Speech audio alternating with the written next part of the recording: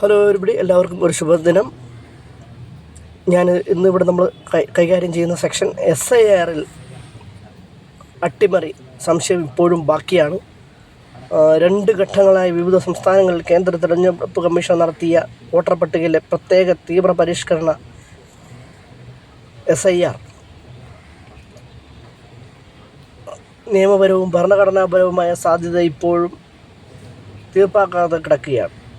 ആദ്യഘട്ടത്തിൽ ബീഹാറിലാണ് പ്രക്രിയ നടന്നത്. 2ാം ഘട്ടത്തിൽ 9 സംസ്ഥാനങ്ങളിലും 3 കേന്ദ്രഭരണ പ്രദേശങ്ങളിലും ഇത് നടന്നു. ഇതിൽ ബീഹാർ, കേരളം, തമിഴ്നാട്, പുതുച്ചേരി, പശ്ചിമ ബംഗാൾ എന്നിവിടങ്ങളിൽ പുതുക്കിയ വോട്ടർ പട്ടിക പ്രകാരം നിയമസഭാ തെരഞ്ഞെടുപ്പും നടന്നു കഴിഞ്ഞിരിക്കുന്നു. ബീഹാറിലെയും ബംഗാളിലെയും SIR പ്രക്രിയ വലിയ തോതിൽ വിവാദത്തിനിടയാക്കി. മറ്റു സംസ്ഥാനങ്ങളിൽ വലിയ ഒച്ചപ്പാട് ഉണ്ടായില്ലെങ്കിലും മുറിവുറുപ്പുകൾ ഉണ്ടായിരുന്നിട്ടില്ല. ലക്ഷക്കണക്കിന് വോട്ടർമാരാണ് ഓരോ സംസ്ഥാനത്തും പട്ടികയിൽ നിന്നും പുറന്തള്ളപ്പെട്ടത്. ഇത് ഈ കഴിഞ്ഞ നിയമസഭാ തെരഞ്ഞെടുപ്പുകളുടെ ബലത്തെ സ്വാധീനിച്ചിട്ടില്ലെന്ന് തീർത്ത് പറയാനാകില്ല. SIRന്റെ സാധ്യത ചോദ്യം ചെയ്ത് ബീഹാർ, ബംഗാൾ എന്നിവിടങ്ങളിൽ നിന്ന് ലഭിച്ച ഹർജികൾ തീർപ്പാകാതെയാണ് സുപ്രീം കോടതി വിവാദ പട്ടികയുടെ അടിസ്ഥാനത്തിൽ ഇവിടങ്ങളിൽ നിയമസഭാ തെരഞ്ഞെടുപ്പ് നടത്താൻ അനുവദിച്ചത്. വോട്ടർ പട്ടികയിൽ ഒഴിവാക്കപ്പെട്ടതിനെതിരെ നിയമവഴ തേടിയ 27 ലക്ഷത്തോളം പേർക്ക് ഈ തെരഞ്ഞെടുപ്പിൽ സമ്മതിദാന അവകാശം നഷ്ടപ്പെട്ടെന്നത് ബംഗാളിലെ സ്ഥിതിവിശേഷത്തെ കൂടുതലും ഗുരുതരമാക്കുന്നു. അവരുടെ നിവേദനം സുപ്രീം കോടതി തന്നെ നിയോഗിച്ച അപ്പലേറ്റ് ട്രൈബ്യൂണലുടെ പരിഗണനയിലാണ് തുടരുകയാണ്. സമ്മതിദാനത്തിന് അവകാശവും അർഹതയും ഉണ്ടെന്ന് തെളിയിക്കാനുള്ള ബാധ്യത പൗരരിൽ കെട്ടിവെക്കുക എന്നതാണ് SIR പ്രക്രിയയുടെ ദൂഷ്യം. എന്യൂമറേഷൻ ഫോം പൂരിപ്പിച്ച് കൊടുത്ത് രേഖകൾ ഹാജരാക്കിയും മറ്റും അർഹത തെളിയിക്കാൻ കഴിയാതിരുന്ന ഒട്ടേറെ പേർ വോട്ടർ പട്ടികയിൽ നിന്നും പുറത്തായിട്ടുണ്ട്. എന്നാൽ അതിനേക്കാൾ ശ്രദ്ധേയാർഹമായ വസ്തുത പ്രത്യേക തീവ്ര വോട്ടർ പട്ടിക പരിഷ്കരണം എന്ന പേരായിരുന്നു. ഇന്ത്യയിലെ നിയമങ്ങൾ വ്യവസ്ഥ ചെയ്യുന്നില്ല എന്നതാണ് ബീഹാറിലെയും ബംഗാളിലെയും ഹർജിക്കാർ സുപ്രീം കോടതിക്ക് മുൻപാകെ ഉയർത്തിയിട്ടുള്ള പ്രധാന ചോദ്യം ഇതാണ്.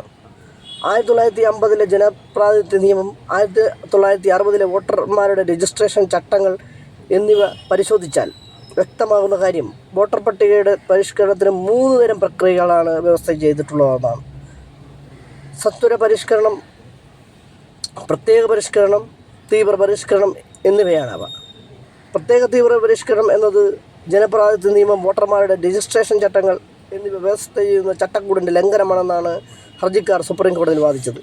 കൂടാതെ നിലവിൽ വോട്ടർ പട്ടികയിലുള്ള വ്യക്തിയോട് അപേക്ഷ പൂരിപ്പിച്ചും രേഖ ഹാജരാക്കിയും വീണ്ടും വോട്ടവകാശം തെളിയിക്കണമെന്ന് ആവശ്യപ്പെട്ടിരുന്നത് 1960 ചട്ടങ്ങൾക്ക് വിരുദ്ധമാണെന്ന് വാദിക്കുന്നു. 2002 SIR പട്ടികയിൽ പേരുള്ള വോട്ടർമാർ എന്യൂമറേഷൻ ഫോം പൂരിപ്പിച്ച് നൽകിയാൽ മതിയെന്നും അർഹത തെളിയിക്കാൻ രേഖ ഹാജരാക്കേണ്ടതില്ലെന്നും സമീപനമായിരുന്നു തെരഞ്ഞെടുപ്പ് കമ്മീഷൻ്റേത്. എന്നാൽ ബംഗാളിൽ ഈ നിലപാടല്ല കമ്മീഷൻ സ്വീകരിച്ചത്. ബംഗാൾ SIR കേസിലെ വാദം കേൾക്കലിനിടെ കഴിഞ്ഞ മാസം സുപ്രീം കോടതി ബെഞ്ചിലെ ജസ്റ്റിസ് ജോയ്മല്യ ബാഗ്ചി ഈ കാര്യം ചൂണ്ടിക്കാണിക്കുകയുണ്ടായി. തെരഞ്ഞെടുപ്പ് കമ്മീഷൻ്റെ അഭിഭാഷകനോട് ജസ്റ്റിസ് ബോഗ്ചി ഇങ്ങനെയും ചോദിച്ചു: ഒരു മണ്ഡലത്തിൽ ജയിക്കുന്ന സ്ഥാനാർത്ഥിയുടെ ഭൂരിപക്ഷം ആ മണ്ഡലത്തിലെ വോട്ടർ പട്ടികയിൽ നിന്ന് ഒഴിവാക്കപ്പെട്ടവരുടെ എണ്ണത്തേക്കാൾ കുറവായാലോ? ബംഗാളിൽ ഒട്ടേറെ മണ്ഡലങ്ങളിൽ ഇപ്പോൾ സംഭവിച്ചിരിക്കുന്നതും അതുതന്നെയാണ്. ചോദ്യങ്ങളും സംശയങ്ങളും ഉന്നയിച്ച് സുപ്രീം കോടതി പക്ഷേ വോട്ടർ പട്ടികയിൽ നിന്ന് ഒഴിവാക്കപ്പെട്ടതിനെതിരെ നിവേദനം നൽകിയ 27 ലക്ഷം പേർക്ക് ഈ തെരഞ്ഞെടുപ്പിൽ സമ്മതിദാനം വിനിയോഗിക്കാൻ അനുമതി നൽകിയില്ല. ഇനി SIRൻ്റെ നിയമഭരണഘടനാ സാധുതയെ സംബന്ധിച്ച് പരമോന്നത കോടതി എന്ത് വിധി പറയുമെന്ന് നോക്കാം. കേരളത്തിലടക്കം നമുക്കറിയാം, ഉദ്യോഗസ്ഥ തലത്തിലിരിക്കുന്നവരുടെ വോട്ടർ അവകാശം, പോസ്റ്റൽ വോട്ടർ അവകാശം പോലും നിഷേധിക്കപ്പെട്ട ഇലക്ഷൻ കമ്മീഷനാണ് കേരള സംസ്ഥാനത്ത് നടമാടിയിട്ടുണ്ട്.